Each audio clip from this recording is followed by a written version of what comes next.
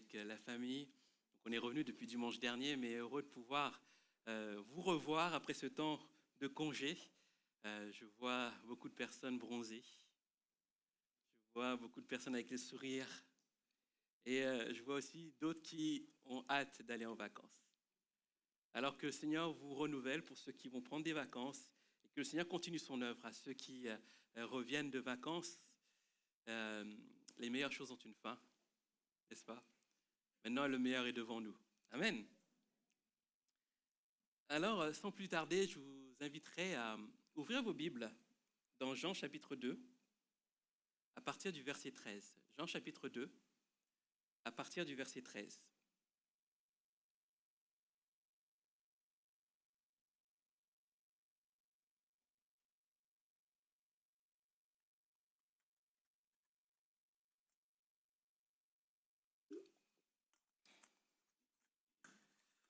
Jean chapitre 2, à partir du verset 13, nous dit ceci. La Pâque des Juifs était proche et Jésus monta à Jérusalem. Il trouva dans le temple les vendeurs de bœufs, de brebis, de pigeons et les changeurs assis. Ayant fait un fouet avec des cordes, il les chassa tous du temple, ainsi que les brebis et les bœufs. Il dispersa la monnaie des changeurs et renversa les tables. Et il dit aux changeurs de pigeons, ôtez cela d'ici, ne faites pas de la maison de mon père une maison de trafic. Ses disciples se souvinrent alors qu'il est écrit, le zèle de ta maison me dévore. Les Juifs prenant la parole lui dirent, quel miracle nous montres-tu pour agir de la sorte? Jésus leur répondit, détruisez ce temple et en 3 jours, je le relèverai. Les Juifs dirent, il a fallu 46 ans pour bâtir ce temple et toi, en 3 jours, tu le relèveras? Alors, mais lui plutôt parlait du temple de son corps. C'est pourquoi, lorsqu'il fut ressuscité des morts, ses disciples se souvinrent qu'il avait dit cela. Et ils crurent à l'écriture et à la parole que Jésus avait dite. Amen. Amen. Nous connaissons tous ce texte, ce récit des Écritures où Jésus renverse les tables des changeurs, chasse les vendeurs, les marchands du temple. Et ce récit est dans tous les évangiles, Matthieu, Marc, Luc et Jean. Et Jean, lui, met l'accent surtout sur une parole que les disciples vont se rappeler. Et cette parole se trouve dans le psaume 69, verset 10. Et le psaume 69 est un psaume messianique qui annonce les souffrances et le salut dans le Messie. Et cette parole, c'est celle-ci, le zèle de ta maison me dévore. Le zèle de ta maison me dévore. Il n'y a que Jean qui fait référence à ce verset. Et ce matin, j'aimerais vraiment prendre du temps pour vous parler de ce thème. J'aimerais vous parler du zèle. Et j'aimerais vous poser cette question ce matin. Es-tu zélé pour Dieu? Es-tu zélé pour Dieu? Vous n'osez même pas lever la main. Es-tu zélé pour Dieu? Il n'y a pas de piège, rassurez-vous. Souvent, lorsqu'on parle de zèle dans le milieu chrétien, nous faisons souvent référence au fait de parler de Dieu autour de soi. Une aisance à parler de Dieu autour de soi, ne pas avoir honte de lui. Ou sinon, lorsqu'on parle de zèle, nous faisons aussi référence au fait d'être disponible pour servir Dieu. On dit souvent d'un tel, oh ce frère, cette sœur, il ou elle est tellement zélé pour Dieu, on le voit tout le temps le dimanche à faire tout et son contraire des fois. On se dit, waouh, il est zélé ou elle est zélée. Et ce texte fait partie de ces versets que l'on aime citer à tort et à travers, et en les sortant plutôt de leur contexte et en les appliquant à toutes sortes de situations. Pourtant, une vérité est là, c'est qu'un texte hors de son contexte devient un prétexte. Et ce matin, nous voulons vraiment comprendre pourquoi les disciples ont parlé de ce zèle. Et quand on parle de cette parole, il est important pour nous de saisir que la parole de Dieu est claire, la parole de Dieu est précise et nous offre un enseignement sans contradiction.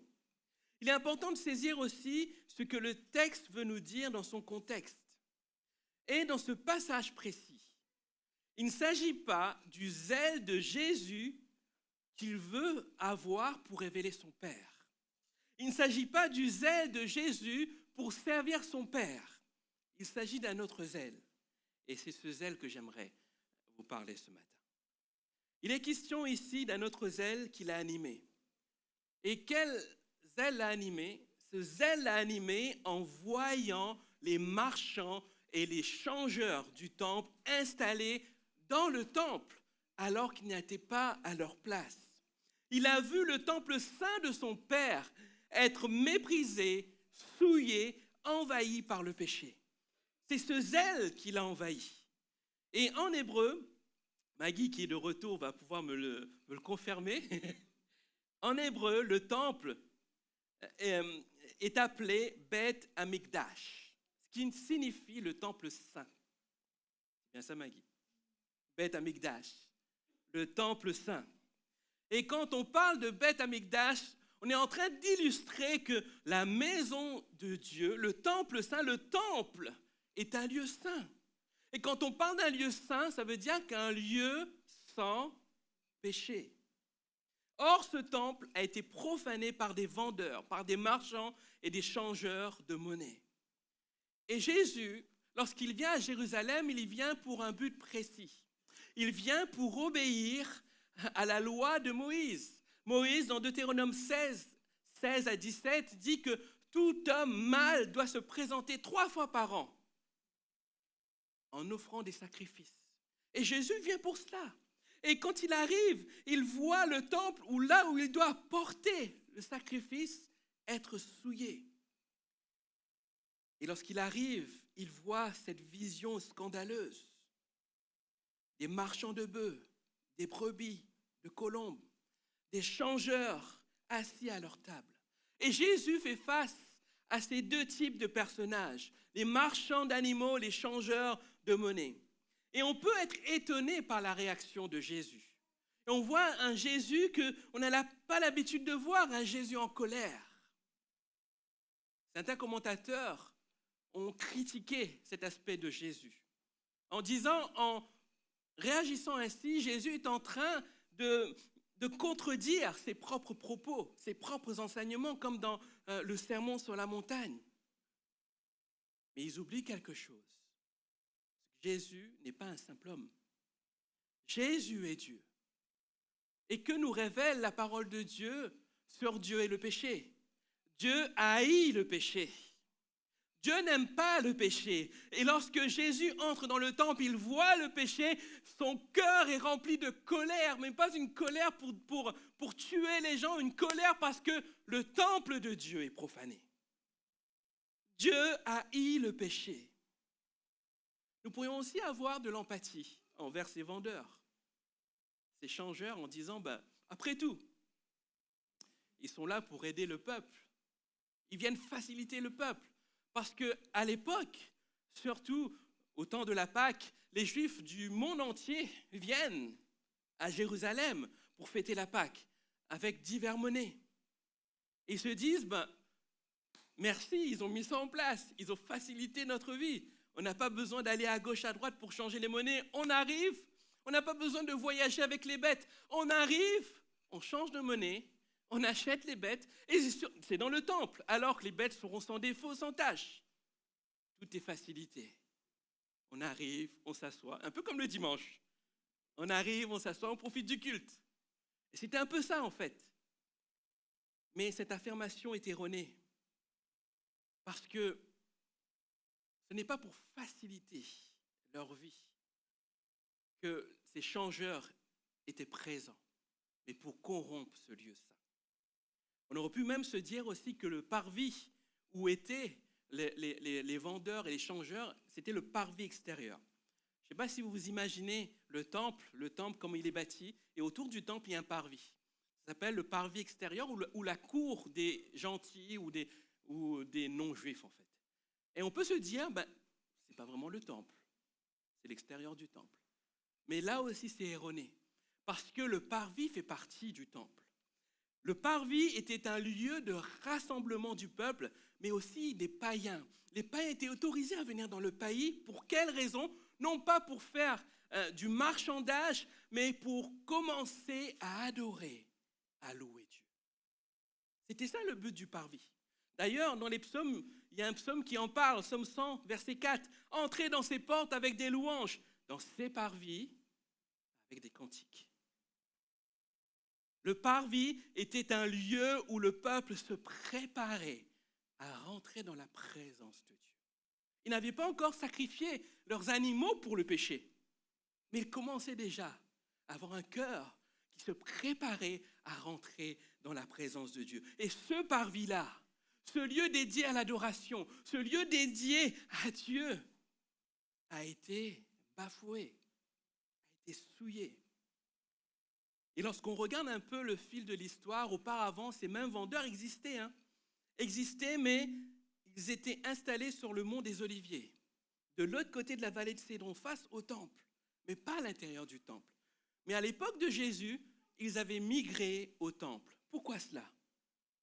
L'origine de cette dérive, on le retrouve grâce à quelqu'un, un ancien grand prêtre, Anne. Vous avez déjà entendu parler de Anne? C'est grâce ou à cause de lui que les vendeurs, les changeurs sont venus dans le temple. Et cet homme-là transforma sa fonction sacrée en instrument de pouvoir et de profit, et en plaçant ses fils et ses gendres au poste clé du temple. D'ailleurs, il y a un de ses gendres qui était grand prêtre à l'époque de la crucifixion de Jésus, c'est Caïphe. Vous vous souvenez? Donc c'est vraiment, je veux dire, un business familial. Et pourquoi c'est un business? Pourquoi il ne faut pas sous-estimer l'impact de la présence des marchands et des échangeurs dans le temple? Pourquoi les marchands étaient là? Voici la vraie raison de la place des marchands. La loi de Moïse permettait aux Juifs d'apporter leurs propres animaux pour les sacrifices, à condition que ces animaux soient sans défaut et sans tache. Vous êtes d'accord? Et les prêtres, quand les Juifs emmenaient les animaux, devaient les examiner, regarder tous les côtés et dire ok, c'est bon pour le sacrifice. Mais ces mêmes prêtres, corrompus par Anne, prétextaient que les animaux n'étaient pas sans défaut, étaient avec défaut en fait. Et qu'est-ce qu'ils disaient? Non, on ne peut pas accepter cet animal. Allez acheter un animal dans le temple. Vous voyez un peu? C'était corrompu. Et pareil pour les changeurs de monnaie. Sous l'occupation romaine, parce qu'à l'époque, les Juifs étaient sous l'occupation romaine. Et la seule monnaie qui avait cours à cette époque, c'était le denier romain. Et les prêtres, les grands prêtres, ont dit on ne peut pas accepter le denier romain parce que sur le denier romain, il y a l'effigie de qui? De César. Et c'est contraire au commandement de Dieu que tu ne feras pas d'image taillée. Alors ils disent on n'accepte pas le denier romain, mais comme Rome ne nous permet pas de faire notre propre monnaie, nous allons prendre une monnaie pure, le sicle de Tyr. Et cette monnaie était pure à 94% d'argent. Mais le problème, bien-aimé, c'est que cette monnaie n'était pas si pure que ça aux yeux de Dieu. Parce que sur cette monnaie que les grands prêtres avaient acceptée, il y avait un portrait du dieu phénicien. Pourquoi rejeter le denier romain si on accepte en plus une idole phénicienne? Et là, on voit un peu l'esprit un peu tordu des grands prêtres. Ce n'était pas pour obéir à la loi de Moïse sur les images taillées. La vraie raison de pourquoi ils ont voulu qu'il y ait des changeurs dans ce temple, c'est pour changer la monnaie romaine dans des cycles de Tyr, parce que les cycles de Tyr étaient purs d'argent à 94%. Waouh! On est loin de l'obéissance à Dieu. Là, c'est plus une question d'avidité, une question où il se pose en se disant on va se faire de l'argent. Et à cette époque, on estimait à peu près plus de 200 000 personnes de plus qui fréquentaient Jérusalem. Et cela représentait un revenu astronomique pour Anne et sa famille. Certains on qualifiait ces religieux de bazar des fils d'âne. Tellement il y avait des profits un peu malhonnêtes qui entouraient le temple, etc. Et à cause de ces pratiques des fils d'âne, de ces gens et d'âne, le peuple commençait à assimiler Dieu à toutes ces malversations. Non seulement le peuple, mais les personnes aussi étrangères, les païens. Ceux qui devaient être là dans le parvis avec le peuple et devaient être étonnés de voir le peuple adorer Dieu. Ils étaient en train de dire, mais les gars là, ils sont en train de magouiller. Moi, je suis sûr que mon animal est pur, sans défaut et sans tache. Et pourtant, il m'oblige à acheter là-bas. Et en plus, je suis obligé de changer ma monnaie à des frais exorbitants pour pouvoir payer l'impôt du temple. Vous voyez ? C'est plus tordu que se dire ils viennent faciliter la vie du peuple d'Israël. Il y avait quelque chose de malsain qui s'était installé dans le temple. Et quand on voit cela, on comprend mieux la colère de Jésus. On comprend mieux pourquoi Jésus se met en colère en voyant que le péché s'était installé là et avait remplacé l'usage du temple. Alors pourquoi vous parlez de tout cela ce matin ? Quel enseignement peut-on en tirer aujourd'hui ? Lorsque je veux parler du temple, je ne veux pas parler du bâtiment de l'église La Porte. Ce matin, j'aimerais parler du temple en parlant de notre corps. La Bible nous dit que notre corps est le temple du Saint-Esprit.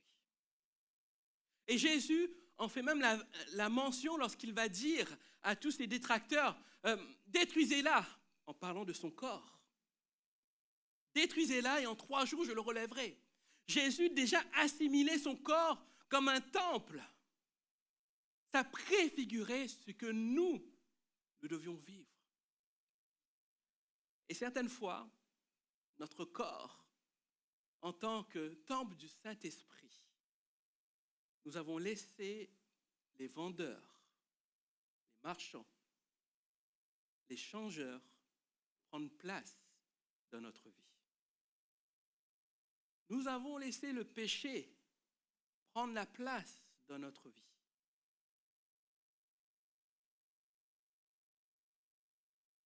Malheureusement, ce même zèle que Jésus avait pour chasser le péché du temple était éloigné de notre vie. Alors j'aimerais te poser cette question ce matin. Es-tu zélé pour Dieu à l'image de Jésus ce matin? Es-tu zélé pour Dieu à l'image de Jésus? Es-tu aussi radical face au péché? Malheureusement, comme dans cet exemple, nous pouvons tous trouver des excuses pour pratiquer le péché dans notre vie. À première vue, pour quelqu'un qui débarque à Jérusalem à cette époque, rien d'illégal, rien de mauvais. Mais s'il creuse, s'il reste là, cette personne même va découvrir le péché autour de cela. Et certaines fois, à première vue, notre vie paraît bien. Nous sommes là le dimanche après dimanche, mais notre temple, nous, est souillé. Notre temple à nous n'est plus ce lieu dédié pour Dieu. Ce matin, en vous parlant du zèle, j'aimerais vous parler aussi de cette radicalité que nous devons avoir face au péché. Certaines fois, lorsque je parle à des chrétiens, et j'insiste sur les chrétiens, et que je leur parle de péché, c'est comme si je leur donne, je suis en train de leur dire un gros mot. À des chrétiens, le péché n'est pas quelque chose qu'il faut mettre de côté. Qu'est-ce que le péché? Le péché est tout ce qui nous éloigne de Dieu, y compris désobéir à sa volonté par nos pensées, par nos actes, par nos paroles. Et Dieu est radical par rapport au péché. Psaume 5, verset 5 à 6, il nous dit « Car tu n'es point un homme qui prenne plaisir au mal. Le méchant n'a pas sa demeure auprès de toi. Les insensés ne subsistent pas devant tes yeux. Et tu hais tous ceux qui commettent l'iniquité. » Ésaïe 59, 2, il dit « Ce sont vos crimes qui mettent une séparation entre vous et Dieu. Ce sont vos péchés qui vous cachent sa face et l'empêchent de vous écouter. » Romains 6, 23, on connaît tous ce verset. « Car les salaires du péché, c'est la mort. Mais le don gratuit de Dieu, c'est la vie éternelle en Jésus-Christ, notre Seigneur. » Voilà pourquoi, bien-aimés, nous ne devons pas tolérer le péché dans notre vie, parce qu'à la base, Dieu, lui, ne tolère aucun péché. Le zèle de Jésus doit devenir notre zèle. Un zèle qui déteste le péché et refuse de lui laisser la moindre place.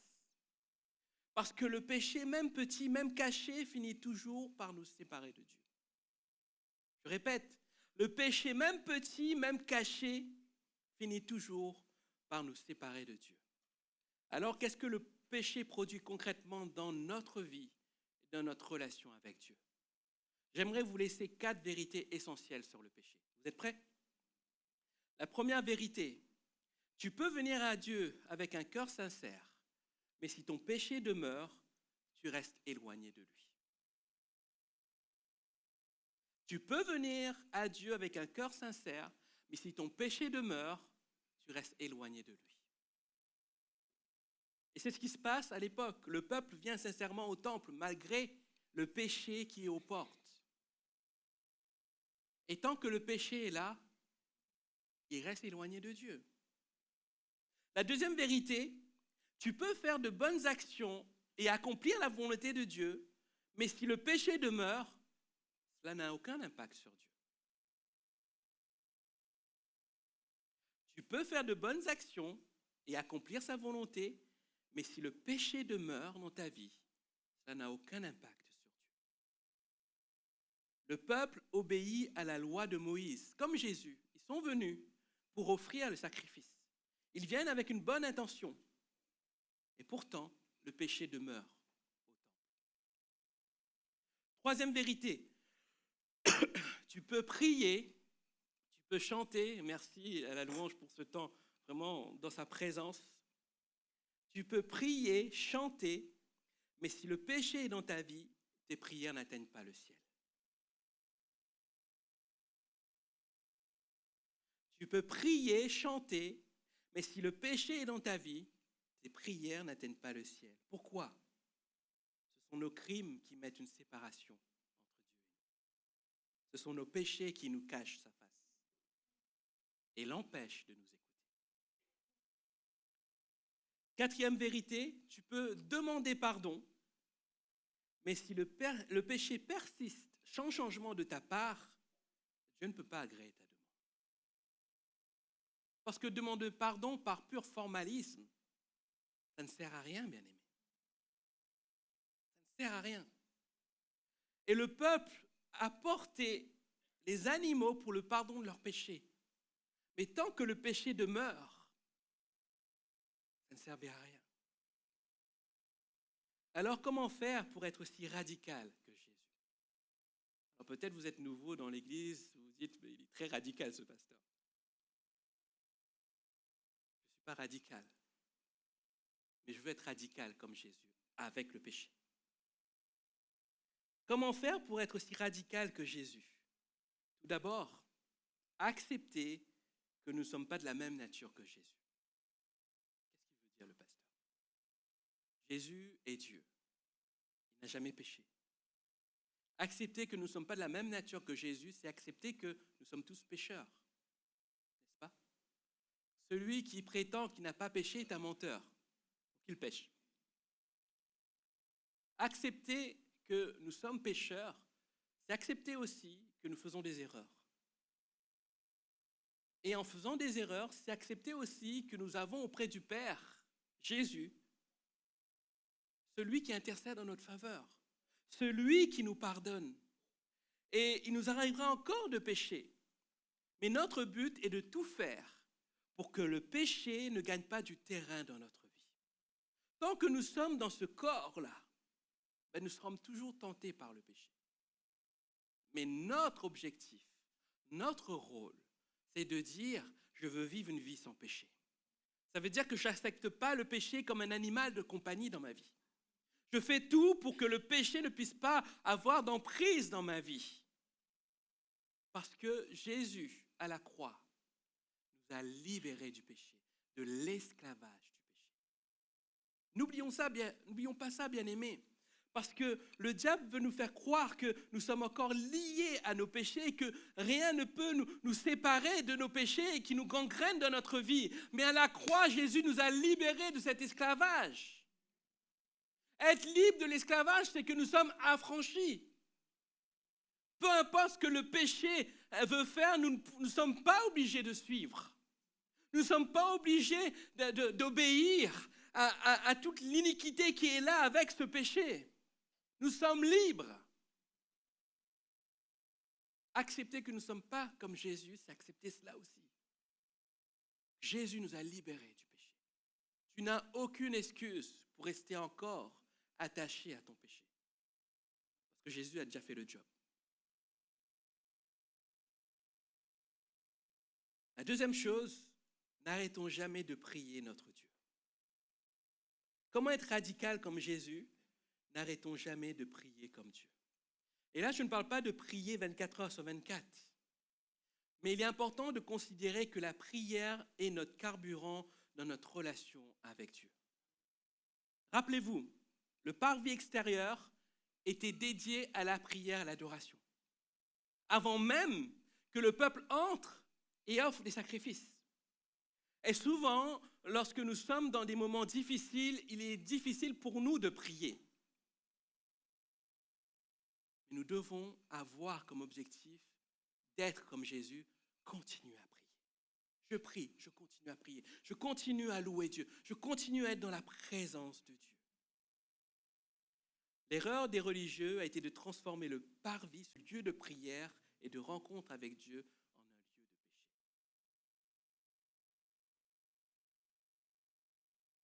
La Bible nous dit, dans 1 Jean 1,9, si nous reconnaissons nos péchés, Dieu est fidèle et juste pour nous les pardonner et pour nous purifier de tout péché. Amen. Et ça, c'est la troisième chose que j'aimerais vous dire. Malgré tes erreurs, continue de prier. Ensuite, l'autre chose, il ne suffit pas seulement de regarder ton péché. Il ne suffit pas seulement de constater que tu as le péché dans ta vie. Il faut tout faire pour l'enlever de ta vie, en utilisant tout moyen pour le faire. Un peu comme Jésus. Lorsque Jésus rentre dans la cour du temple, qu'est-ce qu'il fait? Il voit le péché qui est là. Il aurait pu dire, le temple, je suis le temple. Je m'en fiche, c'est que des choses humaines. Il a vu, qu'est-ce qu'il a fait? Il a fait un fouet. Et il a commencé à tout renverser, à tout chasser. La Bible dit qu'il a même chassé les animaux du temple. Il est important pour nous d'être radical comme cela. Il ne suffit pas de regarder le péché en face. Il faut tout faire pour le chasser. Il faut tout faire pour l'enlever. Et ça rejoint un peu cette parole de Jésus dans Matthieu 5, 29, 30. Si ton œil droit est pour toi une occasion de chute, arrache-le et jette-le loin de toi. Waouh! Si ta main droite est pour toi une occasion de chute, coupe-la et jette-la loin de toi. Waouh! C'est figuratif, d'accord? Je ne vous demande pas de couper vos mains, d'arracher vos yeux en sortant de ce lieu. Je ne suis pas si radical que ça. Mais ce texte nous parle de quelque chose. Il nous dit, car il est avantageux pour toi qu'un seul de tes membres périsse, que tout ton corps entier ne soit jeté dans la géhenne. Arrache et jette. Coupe et jette. Ne reste pas seulement en contemplant ton péché. Ça amène quoi? Une décision personnelle que nous devons faire. Nous ne devons pas seulement dire, Seigneur, donne-moi la force, Seigneur, d'enlever ce péché. Donne-moi la force, Seigneur, de ne plus faire cela, Seigneur. Toi, prends tes propres forces. et commence à arracher, commence à couper, commence à jeter. Parce qu'il vaut mieux que tout ton corps soit retranché de cela, que tout ton corps soit jeté dans la géhenne, n'est-ce pas? Si tu vis en concubinage et que tu trouves des excuses pour ne pas te marier, c'est trop cher, nous avons déjà des enfants, mon partenaire ne veut pas, nous sommes fiancés, donc c'est pareil. Sache que Dieu t'appelle à mettre de l'ordre. Régularise ta situation devant le maire. Mieux vaut perdre un peu de temps à la mairie que de compromettre ton avenir éternel. Si Internet t'entraîne dans la pornographie, prends une décision radicale. Coupe, limite, supprime, résilie ton abonnement. Mieux vaut perdre une connexion que de perdre ta communion avec Dieu. Si ton copain ou ta copine t'incite à coucher avant le mariage, mets un terme à cette pratique. Et s'il le faut, mets fin à cette relation. Mieux vaut perdre une relation aujourd'hui que de perdre ton intégrité et ta paix avec Dieu. Si tes amis proches t'entraînent loin de Dieu par leurs pratiques, prends de la distance, même si cela coûte. Mieux vaut perdre des amitiés que de perdre la présence de Dieu dans ta vie. Et c'est que quelques exemples de la vie courante, bien-aimés. Mais ça nous appelle à quoi? À arracher, à couper et à jeter. Nous n'avons aucune excuse. Es-tu zélé pour Dieu à l'image de Jésus? Si ce que je viens de dire te choque, c'est ça la radicalité avec le péché. Le problème, ce n'est pas d'être en couple, mais vivre en couple sans être marié constitue un péché aux yeux de Dieu. Le problème n'est pas Internet, mais si Internet devient un piège qui te pousse au péché, il faut te protéger et t'en éloigner. Le problème n'est pas ton copain ou ta copine, mais les relations sexuelles avant le mariage sont contraires à la volonté de Dieu. Le problème n'est pas d'avoir des amis qui ne connaissent pas Jésus. Il est bon d'en avoir. Mais si certaines relations t'éloignent de Dieu, tu dois poser des limites. Frères et sœurs, je vous repose encore cette question. Êtes-vous zélés pour Dieu à l'image de Jésus? Le zèle de Jésus pour la maison de son Père nous interpelle aujourd'hui. Sommes-nous aussi radicalement opposés au péché dans notre vie? Le choix est devant nous, bien-aimés. Tolérer le péché et s'éloigner de Dieu, comme Judas, comme Ananias et Saphira. Judas était au contact de Jésus. Vous allez peut-être dire, on n'était pas comme les disciples, c'est pour ça que c'est plus difficile pour nous, on n'est pas forcément comme eux dans leur configuration avec Jésus à nos côtés tout le temps. Judas était au plus près de Jésus. Judas était envoyé avec les 12, 2 par 2, prier pour les gens. Il a certainement prié pour des gens et des gens ont été guéris. Il a vu les miracles. Lazare a vu, Judas a vu Lazare ressusciter. Et pourtant, le péché était installé dans son cœur. L'amour de l'argent. Et cela l'a conduit à quoi? À se suicider. Parce qu'il n'a pas été radical avec le péché. Ananias et Saphira, pareil. Touchés par cette parole de Pierre lorsqu'il prêche devant la foule. Sont là, ils voient vraiment l'œuvre de Dieu et la communauté grandissante. Mais le péché est tellement dans leur cœur que ça prend le dessus sur leur vie. Quel était le résultat? Ils ont été tués. Ils sont morts. Ne laisse pas le péché prendre cette place dans ta vie. Tolérer le péché, c'est s'éloigner de Dieu. Ça, c'est le premier choix. Le deuxième choix, c'est te détourner du péché, chercher le pardon et vivre pleinement avec Dieu comme Pierre. Pierre a renié Jésus, mais il a été restauré. Paul a été un persécuteur, mais il est devenu un grand apôtre. Thomas, qui était incrédule, il a vu Jésus et il a cru. Tous ces hommes qui ont failli dans leur existence ne se sont pas laissés envahir par le péché, n'ont pas toléré le péché dans leur vie. Et ils ont été justifiés avec le Seigneur. Alors je vous repose encore une troisième fois, étudiez-les pour Dieu. Quelle est ton attitude face au péché? N'oublie pas que ton corps est le temple du Saint-Esprit.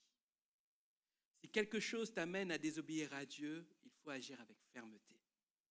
Couper ce qui te fait tomber, renoncer à ce qui t'éloigne de lui, car il vaut mieux perdre quelque chose de temporaire que de perdre ton éternité. Alors le choix est clair, la décision t'appartient. Ne laisse pas le péché profaner le temple que Dieu a mis en toi.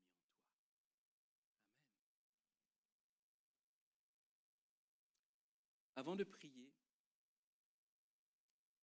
j'aimerais juste vous parler de quelque chose. Vous savez, en tant que pasteur, on connaît les situations. Et mon but, ce n'est pas de mettre le doigt sur des personnes, sur les situations de péché. Mais mon but en tant que pasteur, c'est d'accompagner les personnes. Et pendant mes vacances, Dieu continue à travailler mon cœur pendant les vacances. Même si je suis sur la plage, je suis retrouvé bronzé, etc. Dieu travaillait mon cœur par rapport à ça. Et en sortant de mes vacances, j'ai travaillé sur un parcours pour accompagner ceux qui souhaitent être libérés du péché. Et ce parcours, j'aimerais vous le présenter, c'est le parcours de transformation. En 7 étapes, pour vous accompagner à vivre libre du péché. Et c'est quelque chose que je ne ferai pas en groupe, mais en tête à tête avec ces personnes. Si aujourd'hui, au travers de ce message, tu identifies des péchés qui sont là, tapis, dans ton cœur, dans ta vie, et que tu n'arrives pas à t'en débarrasser, viens me voir à la fin. Je serai ravi de t'accompagner. Car il vaut mieux pour moi de t'accompagner que de te voir sans rien faire, te compromettre. Tout ce que tu me diras restera avec moi et avec le Seigneur. Le but de l'accompagnement, ce n'est pas de faire un registre des pécheurs dans l'Église. OK? Le but de l'accompagnement, c'est de vous aider à rentrer dans cette identité de personne libre de l'esclavage du péché. Et ce que j'attends de vous, c'est que vous soyez le plus franc possible. Je ne serai jamais dans le jugement. Je ne vous catégoriserai pas. Je ne vous diminuerai pas. Je ne vous éloignerai pas. Je veux avoir ce cœur de berger, comme Jésus avait ce cœur de berger, pour vous aider. Mon gain, c'est de voir des personnes libres du péché. Alors, si vous êtes intéressé par cela, venez me voir à la fin. Et je serai ravi de vous accompagner. 7 étapes pour vaincre le péché. Donc 7 rendez-vous. Ça va? D'accord? Mais ce que je vous demande, ne venez pas seulement pour dire je viens, mais déjà fait une démarche de cœur en disant moi aussi je vais être animé du même zèle que Jésus. Et si vous venez animé du même zèle que Jésus, alors le Saint-Esprit fera son œuvre en vous. Alors vous allez vivre cette vie nouvelle, libre du péché. Je laisse ça sur votre cœur. Et je vous inviterai à fermer vos yeux et j'inviterai la louange à s'approcher.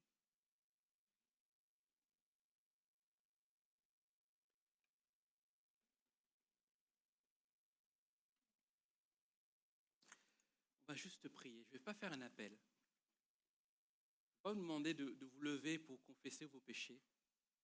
De votre place, vous pouvez le faire. De votre place dans ce temps, vous pouvez le faire. Si ce matin, vous avez été interpellé par ce message et que vous voyez que vous n'êtes pas si radical avec le péché, prenez cette décision avec Jésus ce matin en disant « Seigneur, aide-moi à être radical comme toi. Aide-moi, Seigneur, à être animé de ce même zèle qui me dévore. un zèle qui m'empêche de tolérer le péché dans ma vie. Alors que la louange va jouer ce chant,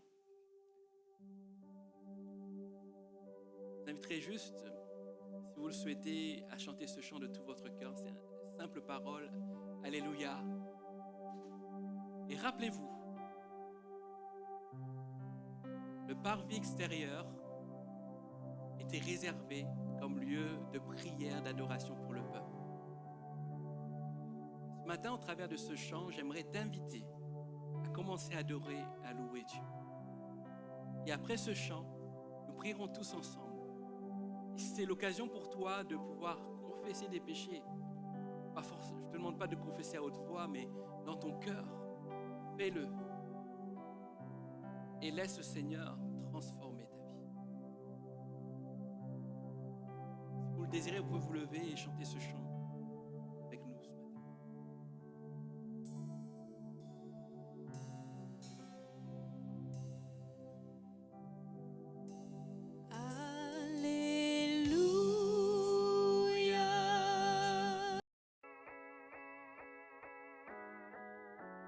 Bienvenue à l'église La Porte. Nous aspirons tous à une vie meilleure et à la paix intérieure. Mais nos souffrances passées, même en tant que chrétiens, freinent souvent cette quête personnelle. Notre église veut être cette église hôpital, centrée sur Jésus pour soigner, équiper et faire des disciples épanouis. Sa mission, centrée sur Jésus, vise à impacter chaque individu de tout âge au service de Dieu. Aujourd'hui, nous soignons déjà par des initiatives comme Libère ton identité, des ateliers sur la parentalité ou contre les violences sexuelles. Nous accompagnons chaque personne en les équipant et les formant pour qu'elles deviennent et forment des disciples. Notre grand défi est de développer notre vision d'église hôpital en implantant de nouvelles églises hôpitaux.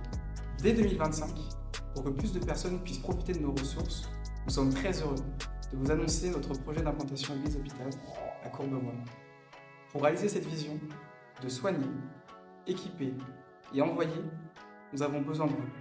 Devenez l'un de nos 200 partenaires en vous engageant à donner 35 € ou plus par mois pour soutenir cette vision. Ensemble, soignons des vies. Jésus agit encore. J'ai été équipé. J'ai été restauré. J'ai été renouvelé. J'ai été transformé. Nous sommes heureux de pouvoir être partenaires de l'église La Porte. Je suis un partenaire et un fier partenaire de l'église La Porte. Je suis partenaire de l'église La Porte. Jésus agit encore. Jésus agit encore. Jésus agit encore. On veut vous le dire que Jésus agit encore et que le Seigneur veut agir de manière extraordinaire dans les cœurs et dans les vies.